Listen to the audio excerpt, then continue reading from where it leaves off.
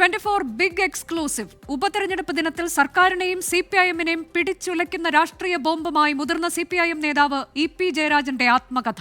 പാർട്ടിയും സർക്കാരും തെറ്റുകൾ തിരുത്തണമെന്ന് കട്ടൻ ചായയും പരിപ്പുവടയും ഒരു കമ്മ്യൂണിസ്റ്റിന്റെ ജീവിതം എന്ന ആത്മകഥയിൽ പറയുന്നു. ഇതടക്കം സിപിഐഎമ്മിനെ പ്രതിരോധത്തിലാക്കുന്ന ഭാഗങ്ങൾ DC ബുക്സ് പ്രസിദ്ധീകരിക്കുന്ന പുസ്തകത്തിലുണ്ട്.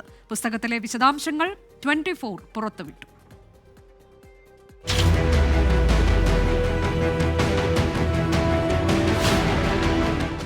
കട്ടൻ ചായയും പരിപ്പുവടയും ഒരു കമ്മ്യൂണിസ്റ്റിന്റെ ജീവിതം എന്ന പുസ്തകത്തിന്റെ കവർ ചിത്രം ഉൾപ്പെടെയാണ് 24 പുറത്തുവിട്ടത്.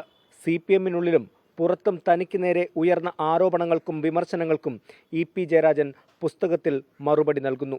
രണ്ടാം പിണറായി സർക്കാരിന്റെ പ്രവർത്തനത്തെ വിമർശിക്കുന്ന ഇ.പി. ജയരാജൻ CPIM ജനങ്ങളിൽ നിന്ന് അകന്നെന്നും തുറന്നടിക്കുകയാണ്. CPM-നുള്ളിൽ സ്വയം തിരുത്തൽ അനിവാര്യം. ഒന്നാം പിണറായി സർക്കാരിൽ ബന്ധുനിയമനത്തിന്റെ പേരിൽ താൻ വേട്ടയാടപ്പെട്ടു. എന്നാൽ പാർട്ടി മാധ്യമങ്ങൾ പോലും നിസ്സംഗത പാലിച്ചു.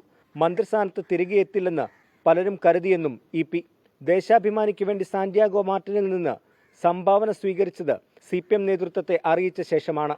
എന്നാൽ VS അച്യുതാനന്ദൻ ഉൾപ്പെടെ ഇത് തനിക്കെതിരെയുള്ള ആയുധമാക്കി. പാർട്ടി കമ്മിറ്റിയിൽ വൈദേകവുമായി ബന്ധപ്പെട്ട പി. ജയരാജന്റെ വിമർശനം വളച്ചൊടിച്ച് പുറത്തുവിട്ടത് ആരാണെന്ന് തനിക്കറിയാം. ലോക്സഭാ തെരഞ്ഞെടുപ്പിലെ പാർട്ടി സ്ഥാനാർത്ഥി നിർണയം പാളിയെന്നും കുറ്റപ്പെടുത്തൽ. ലോക്സഭാ തെരഞ്ഞെടുപ്പ് വേളയിൽ CPM-നുള്ളിലും സംസ്ഥാന രാഷ്ട്രീയത്തിലും ഏറെ കോളിളക്കമുണ്ടാക്കിയ BJP ബാന്ധവ ആരോപണത്തിലും ഇ.പി. ജയരാജൻ നിലപാട് വ്യക്തമാക്കുന്നുണ്ട്. തെരഞ്ഞെടുപ്പ് ദിവസം പ്രകാശ് ജാവദേക്കറെ കണ്ടെന്ന് തുറന്നു പറഞ്ഞത് പാർട്ടിയെ പ്രതിരോധത്തിലാക്കാതിരിക്കാൻ. എന്നാൽ പാർട്ടി തന്നെ മനസ്സിലാക്കിയില്ലെന്നാണ് ഇ.പിയുടെ പരിഭവം. 3 ഉപതെരഞ്ഞെടുപ്പും പാർട്ടിയും എന്ന അധ്യായത്തിൽ പറയുന്നുണ്ട്. പരാമർശങ്ങൾ വിവാദമായേക്കാമെന്നും അധ്യായത്തിന്റെ തുടക്കത്തിൽ പറയുന്നു.